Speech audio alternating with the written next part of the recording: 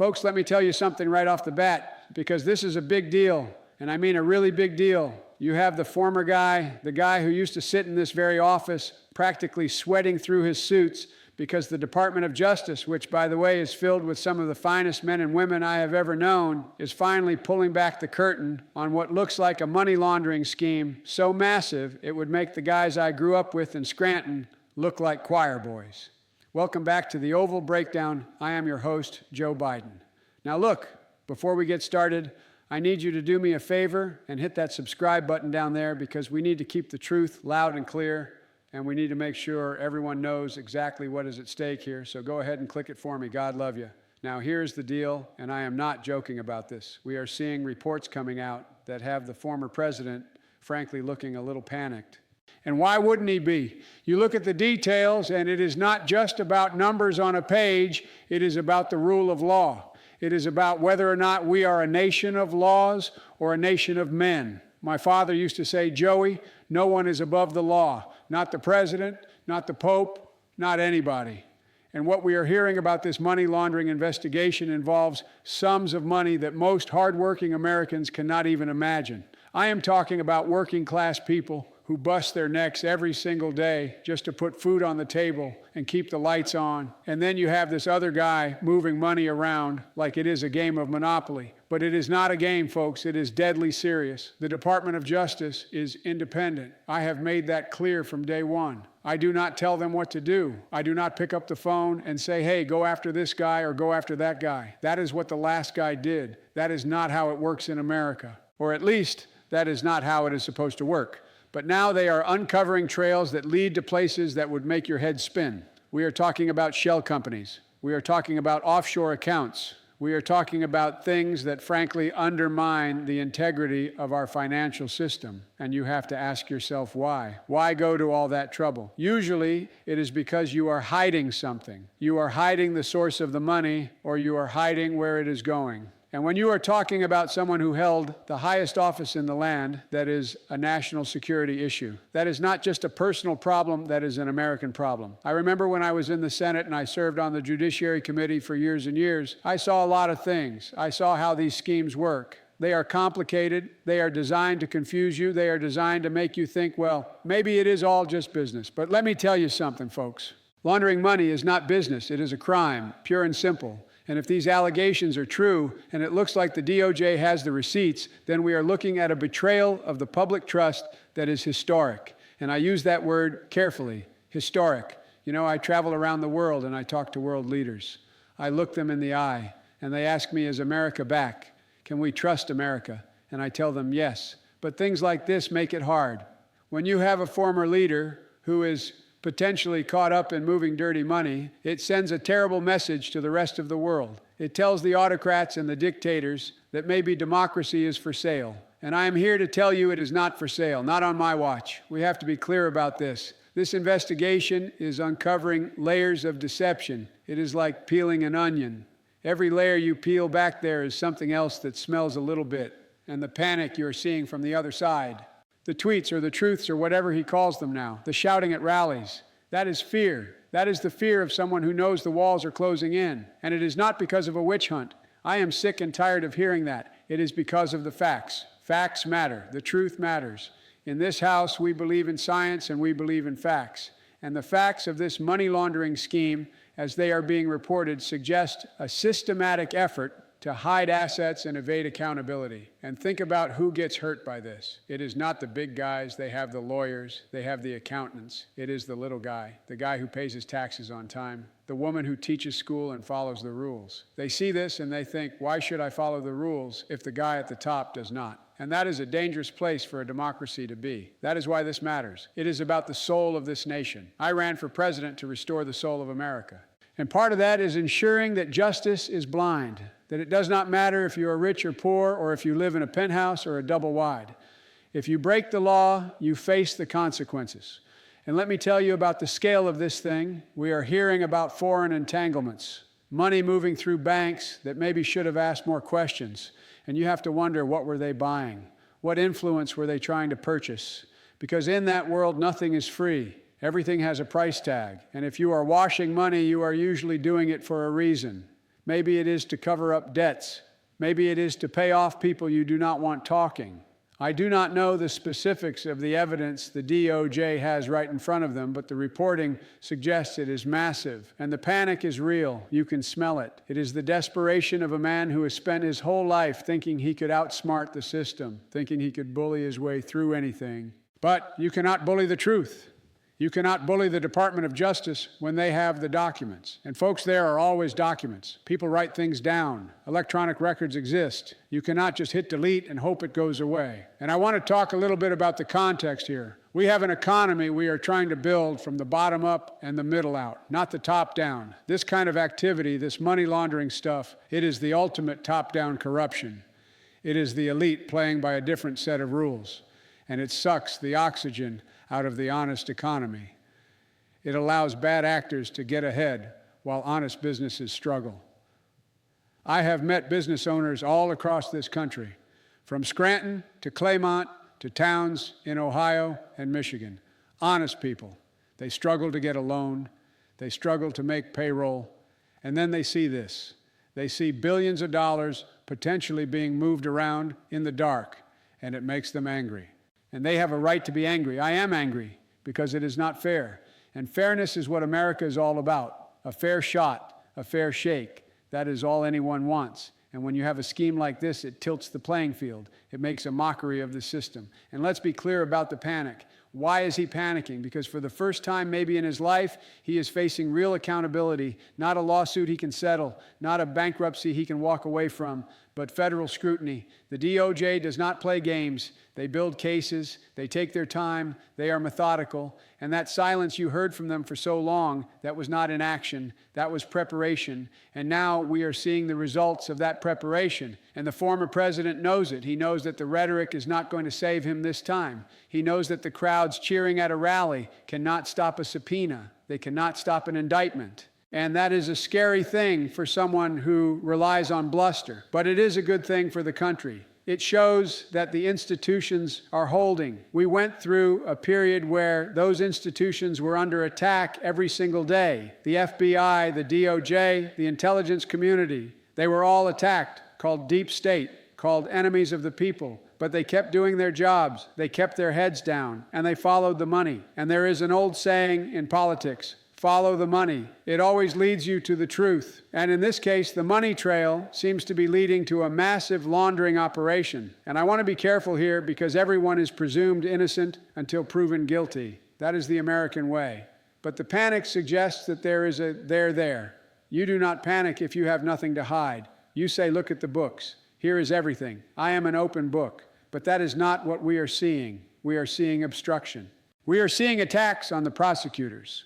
We are seeing attempts to delay and deflect. That is the playbook. But the playbook is running out of pages, and we need to talk about what this means for the future.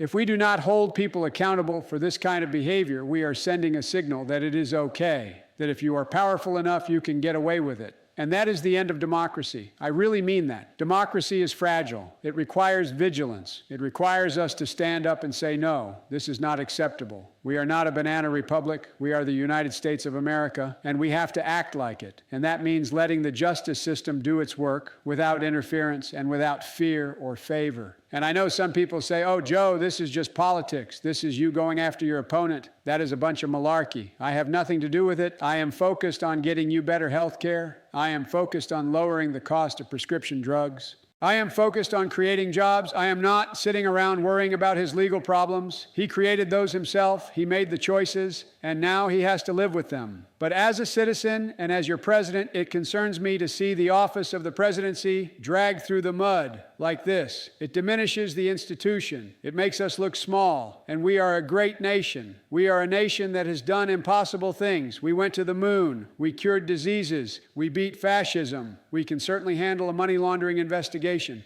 We can handle the truth, but we have to be willing to face it. And the details that are coming out are technical, I get that. Shell companies and wire transfers and foreign banks, it can make your eyes glaze over. But the bottom line is simple. It is about cheating. It is about cheating the system, cheating the taxpayers, cheating the American people. And I have zero tolerance for cheaters. My dad taught me that you play by the rules.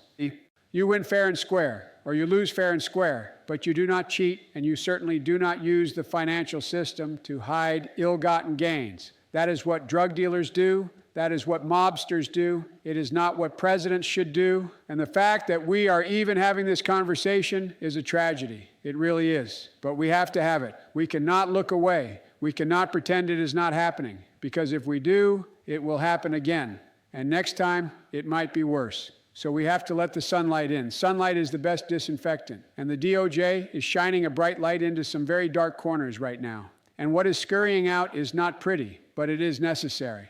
And I want to say a word to the folks who support the former president. I know you love this country. I know you want what is best for your families, and I respect that. But do not let your loyalty to one man blind you to the facts. Look at what is happening. Look at the evidence. Ask yourself if this is the kind of behavior you want to see in your leaders. We can disagree on policy. We can disagree on taxes. We can disagree on foreign policy. That is healthy. That is democracy.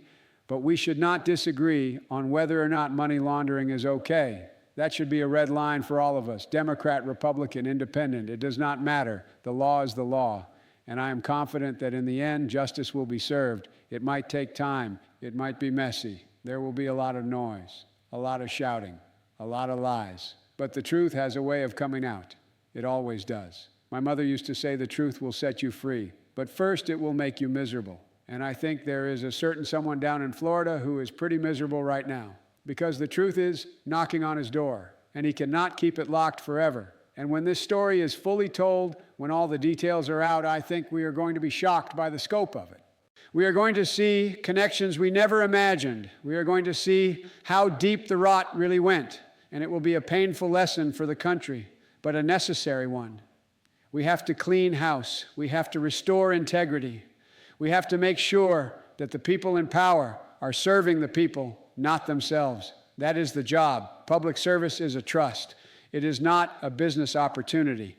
And somewhere along the way, the former guy forgot that. Or maybe he never knew it. I do not know. But I know this. We are going to get through this. We are going to come out stronger on the other side, because that is what we do. We are Americans. We face our problems, we fix them, and we move forward together. One nation, under God, indivisible, with liberty and justice for all. And notice I said justice for all, not just for some, not just for the people who can afford the best lawyers, for all. And that includes the former president. He will get his day in court. He will get due process. More due process than he gave a lot of people, I might add. But he will get it, because that is who we are.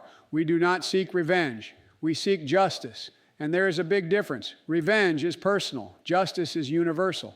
And what we are seeing from the DOJ is the pursuit of justice. And that should give us all hope. Hope that the system works. Hope that no one is too big to fail or too powerful to jail. Hope that the values we teach our kids actually mean something. Honesty, integrity, responsibility. These are not just words. They are the bedrock of our society. And when they are attacked, we have to defend them. And that is what this is about. It is about defending the values that make America, America. So when you see the headlines, when you see the breaking news about money laundering and panic, do not tune it out. Pay attention. Read the articles. Listen to the experts. Understand what is happening, because it affects you. It affects your future. It affects the kind of country we are going to leave to our children and grandchildren. And I, for one, want to leave them a country where the rule of law is respected, where corruption is rooted out, and where truth prevails. That is the mission. That is the work. And we are going to do it. And frankly, I am optimistic. I really am. I have never been more optimistic about America's future than I am today, because I see people waking up. I see people paying attention. I see people demanding better. And that is a good thing. That is the power of democracy in action. So let the investigation proceed. Let the facts come out, and let the chips fall where they may. Because at the end of the day, we are strong enough to handle it. We are tough. We are resilient. And we will get through this, just like we have gotten through everything else together. And let me add another thing about the international aspect of this, because it is critical. When you are talking about money laundering on this scale, you are usually talking about moving money across borders. You are talking about involving foreign entities. And that raises serious questions about national security. Who holds the debt? Who is doing the favors? When a president or a former president owes money to foreign banks or foreign interests, that is a leverage point. That is a vulnerability. And we cannot afford to have leaders who are vulnerable to foreign pressure. We need leaders who are 100% focused on the American people, not on saving their own skin or protecting their own assets. So the DOJ looking into this is not just about financial crimes. It is about national security. It is about protecting our sovereignty. It is about making sure that our decisions are made in Washington, not in Moscow or Riyadh or anywhere else. And that is why the panic is so telling. Because if this was just a simple mistake, if this was just a clerical error, there would be no panic. There would be cooperation. But panic suggests something deeper. It suggests that there are secrets that they are desperate to keep hidden, secrets that could damage not just a reputation, but a legacy. And look, legacies are important. We all want to be remembered for something good, but you write your own legacy every day by the choices you make. And if you choose to skirt the law, if you choose to put your own interests above the country, then that is your legacy. And no amount of shouting or tweeting can change that. History has its eyes on us. It is watching what we do right now. Are we going to stand up for the rule of law, or are we going to look the other way? I say we stand up. I say we demand accountability. I say we support the men and women who are doing the hard work of investigating these crimes, because they are doing it for us. They are doing it to protect our democracy, and they deserve our support, not our scorn. And to the former president, I would just say this: stop the panic, stop the attacks, just tell the truth, come clean. If you did nothing wrong, prove it. But if you did well, then you have to face the music. That is how it works. That is how it has always worked. And that is how it always will work, as long as I am around to have anything to say about it. Because I believe in this country, I believe in its people, and I believe that we are decent and honorable. And we deserve leaders who are decent and honorable too. Is that too much to ask? I do not think so. I think that is the bare minimum, and we are going to get there. I promise you, we are going to restore honor and decency to our politics. It is a long road. It is a hard road, but we are on it, and we are not turning back. Not now, not ever. So keep the faith, folks. Keep pushing. Keep demanding the truth, and remember who we are. We are the United States of America. There is nothing, simply nothing beyond our capacity when we decide to do it together. And tackling corruption, tackling money, laundering, cleaning up our system, that is something we can do. That is something we must do. And with your help and with the hard work of the folks at the DOJ, we will do it. Thank you for listening. Thank you for caring about this country. And may God bless you all, and may God protect our troops. And seriously, folks, subscribe to the channel, because we have a lot more to talk about, and I want you to be part of the conversation. We have got work to do. Let's get to it. And by the way, when I say work to do, I mean real work, not the kind of paper shuffling and hiding assets we are talking about here. I mean building bridges, fixing roads, educating our kids. That is the work of America. That is what we should be focused on. But we cannot focus on that if we are constantly distracted by the corruption of the past. We have to clear the decks. We have to drain the swamp for real this time. Not just use it as a slogan, but actually do it. And that means rooting out the bad actors, no matter who they are or how powerful they think they are. Because in America, the people are powerful. You are powerful, and your voice matters. So use it. Speak up. Stand for what is right. And do not let anyone tell you that it does not matter. It matters more than you know. It matters for the future of this republic. And I know I go on about this, but it is something I feel in my bones. My dad used to talk about dignity. The dignity of work, the dignity of a paycheck. There is no dignity in money laundering. There is no dignity in fraud. There is only shame. And right now, we are seeing a lot of shame being uncovered, but we can turn that shame into action. We can turn it into a renewed commitment to justice. And that is what I want to see. That is what I hope for. And that is what I believe we will achieve. Because we are Americans, and we never give up. We never give in. We always come back, and we will come back from this stronger and better than before. I guarantee it. Now, I know the media likes to focus on the sensational parts of this, the headlines, the panic, and that is part of the story, sure. But the real story is the steady march of justice, the quiet work of prosecutors sifting through bank records, connecting the dots. That is not glamorous. It does not make for good TV. But it is what saves democracies. It is the guardrails holding firm, and we should be grateful for those guardrails, because without them we would be off the cliff. And we have been close to the edge lately, folks, too close, but we pulled back. And now we are fixing the damage. We are repairing the guardrails. And part of that repair is holding people accountable for trying to crash the car. And that is what this money laundering investigation represents. It represents the consequences of reckless behavior. And consequences are a good thing. They teach us, they deter others, they keep us safe. So do not be afraid of the truth. Embrace it, even when it is ugly, especially when it is ugly, because that is how we heal.